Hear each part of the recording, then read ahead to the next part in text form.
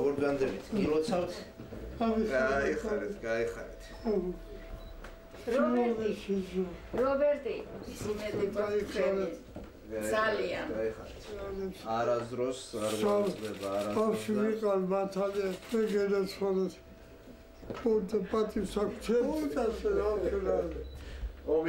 ომიდან დაბრუნებული.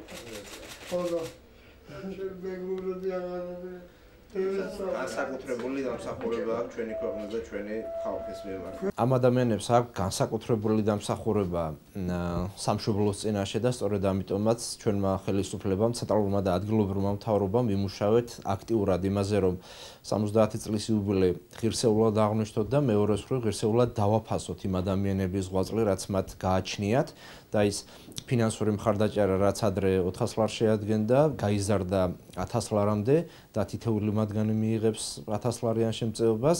გამგეობებში დღესაღამოს გვექნება მიღება, ასევე პარასკევს და შაბათს იქნება მნიშვნელოვანი ღონისძიებები, როგორც ცენტრალური ხელისუფლების დონეზე, ასევე ადგილობრივი მთავრობის დონეზე და ღირსეულად აღნიშნავთ 70 წლის იუბილეს იმისათვის, რომ დაფასდეს ის ღვაწლი, რაც ამ ადამიანებს გააჩნიათ სამშობლოს წინაშე. ვეტერანებს, რომლებიც მონაწილეობდნენ მეორე მსოფლიო ომში, რა თქმა უნდა, მათი ღვაწლი დაუფასებელი არის. სახელმწიფოს ვალიცალი და მათი დამსახურების ვალიცალი, რომ რაც შეიძლება უფრო მეტად ღირსეულად იყოს ეს ხალხი დაფასებული და სწორედ ამით არის გამოწვეული ის, რომ სახელმწიფომ და თბილისის მერიამ მოახდინა ერთჯერადი დახმარების გაზრდა და გაიზარდა 500-დან 1000 ლარამდე და აგრეთვე განხორციელდება ყველა ის ღონისძიება, რომელიც დაგეგმილი არის თბილისის მერიის და გამგეობების მიერ ამ ხალხის პატივსაცემად.